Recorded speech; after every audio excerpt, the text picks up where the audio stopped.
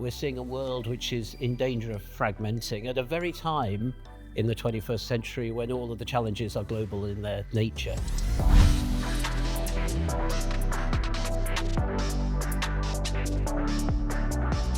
The change of the climate that we're all experiencing everywhere in the world, at its heart, is a health issue. However you see it in all parts of the world, whether it's through extreme heat, more wet weather, and particularly in this part of the world, where mosquitoes fly. And obviously for Singapore and much of the region where the dengue mosquito flies is absolutely critical. Many years ago when I used to live in Vietnam, in Hanoi, in the north of Vietnam, there was no dengue. 5, 10, 20 years later, dengue is now endemic in the whole of the country, as it is in southern China, Indonesia, the Philippines. Climate is a direct impact on our health. We've portrayed climate as something that happens 30, 40, 50 years from now.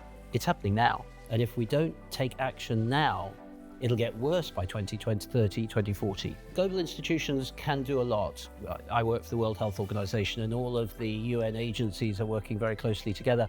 But it's also crucial that communities take action. And communities take action to control mosquitoes for dengue. Data is taking off, and data, I think, in the 21st century is going to be, in some ways, oil for the 19th and 20th century. Data is going to be what drives better decision making in all countries, and countries that have access to better data.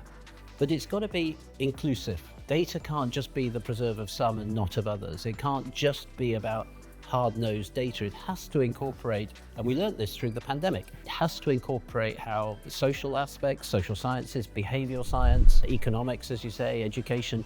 Data is only really useful when it's completely integrated and it's inoperable. And so there actually is a reason why the world needs to come together. 2 weeks ago in Geneva, 194 countries agreed on something called the Pandemic Accord, which committed them all to work together to prevent another pandemic and to do so with equity at its heart. That was a major achievement of 194 countries. So although multilateralism is under threat, I think its death has been greatly exaggerated. And actually, I think the world will keep coming together to address these 21st challenges. Asia is a complex region, like all regions are, but I think countries are better by working together. The challenges that we face in the next year, 5, 10, 25 years are going to all be across borders.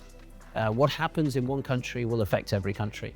And the closer that community can come together, whether it's be in public health in my world, or indeed in trade, in economics, in education, in health workforce, then I think the better and the safer we'll be. I'm Jeremy Farrar, the Chief Scientist at the World Health Organization based in Geneva. As the Chief Scientist, I'm responsible for overseeing all of the science, all of the research, all of the quality standards that WHO produces for all countries around the world.